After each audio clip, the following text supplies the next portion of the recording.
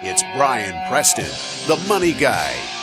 I want to kind of walk through, if you're a parent and you're saying, okay, I know 529s are the preferred savings tool. What other choices are there? Because there's people pitching things. There's articles all the time. Well, there's things you've heard your parents and grandparents talk about. Let's kind of go through these. The first one I put was savings bonds.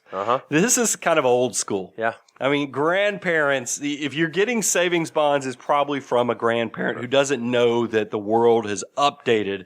And why do people like savings bonds? It's because if they were Series EE and I bonds issued after 1989, the interest that was, built up was tax-free if it was used for education. Now, the problem, we all live in a very low interest rate environment. There just hasn't been much growth in those. So that's kind of an outdated savings process or tool. And back in the day, it was a lot easier, right? So you buy a EE savings bond, and what it does is it guarantees that it will double in value if you hold it for the full term. So if it goes 10 years or 20 years, it'll double in value. But I think a 529 plan can probably do a little bit better than that from an investment perspective. It's just outdated. Let's just say that. It's not the ideal choice anymore. The next one is Coverdell Education Savings Accounts. Most people know these as ESAs, the Education Savings Accounts. I throw the Coverdell in because I'm from Georgia originally, and Paul Coverdell is what that legislation was named after. And here's what's interesting about Coverdell Educational Savings Accounts. Sure. Savingsforcollege.com, which is a really popular website and resource. We've used it on shows in the past. Yep. They did a survey, and 84% of their readers who were surveyed were not even familiar with what these ESAs are. And we have clients all the time who we mention them to, and they've never heard of them before. So I think it's pretty common. And there's a reason, but before I give you the problems or the warts with Coverdell ESAs, they do have some benefits. They grow tax-free just like 529s, and they do have the unique benefit that's even better than 529s is that you can use these for K through 12 private school. So a lot of parents, if you think you're going to have a kid going to private school, not using the public school option, these are a great planning opportunity, but they have some pretty big limitations that I want to explain. First, the annual contribution limit is $2,000 a year. Well, with private school now being around $15,000, I think that's the national average for K through 12 private school. It's around $15,000. You can see $2,000 a year is not gonna barely scratching the surface. So it's got that contribution limit is a pretty big limitation.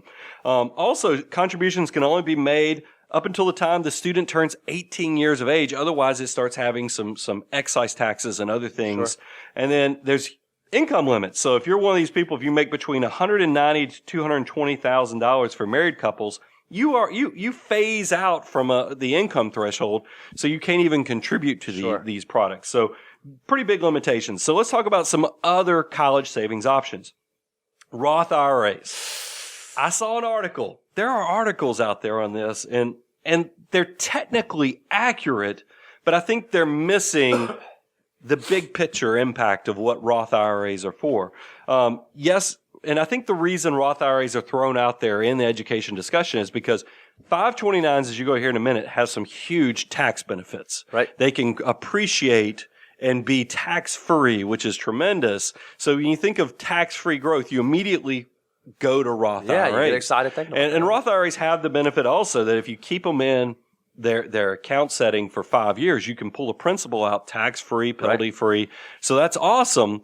But they have a contribution limit. Roth IRAs, you can only contribute $5,500 a year unless you're over 50, and then you can do $6,500. But that is a limit per year, and the room's getting crowded if this money, because that tax-free growth is so powerful. I love Roth IRAs for saving for retirement. But if you're now using that Roth IRA to also fund juniors college, you're crowding out the purpose of what that money's for. And you're going to hear me at the end of the show today. I'm going to give you the summary of how you implement all this. And I'm also going to give you the warning that college savings should occur on the priority scale after you already have your path charted for your own financial independence. Right. So if you're now taking that limited contribution within the Roth IRA and taking it and using it for juniors college, you might be setting yourself up for a ticking time bomb for retirement to be less than ideal. Yep. So I tell people to be very careful about using Roth IRAs for education funding. The next is life insurance. This came up just recently. I mean, one of our clients wrote us and said, hey, got a family member saying, why don't we fund college through life insurance? Yep.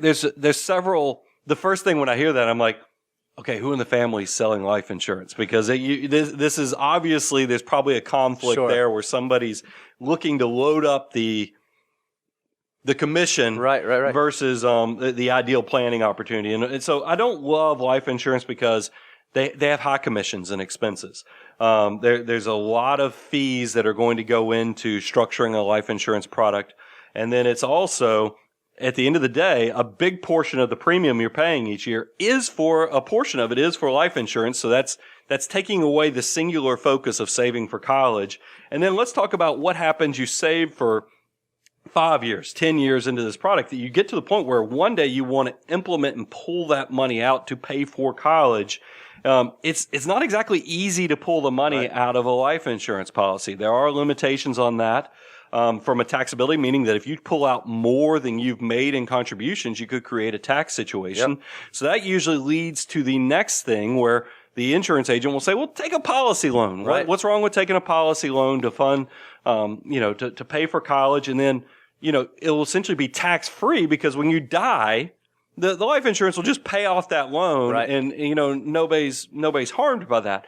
The problem is if you set this up with the purpose of saving for college, if you pull out a large enough chunk, you do have to pay interest back, right? And then you could pull out enough to where the policy premium gets to be so much that you essentially blow the policy up. Yep. So it creates a taxable situation or a huge long-term cash flow requirement. Just hearing you talk through that, Brian, the thing that kind of was resonating, I was like, man, this is complicated. In terms of saving for college and things you have to think about, there's a lot of stuff to think about if you're going to try to use insurance to do that. So there probably are some better ways to save.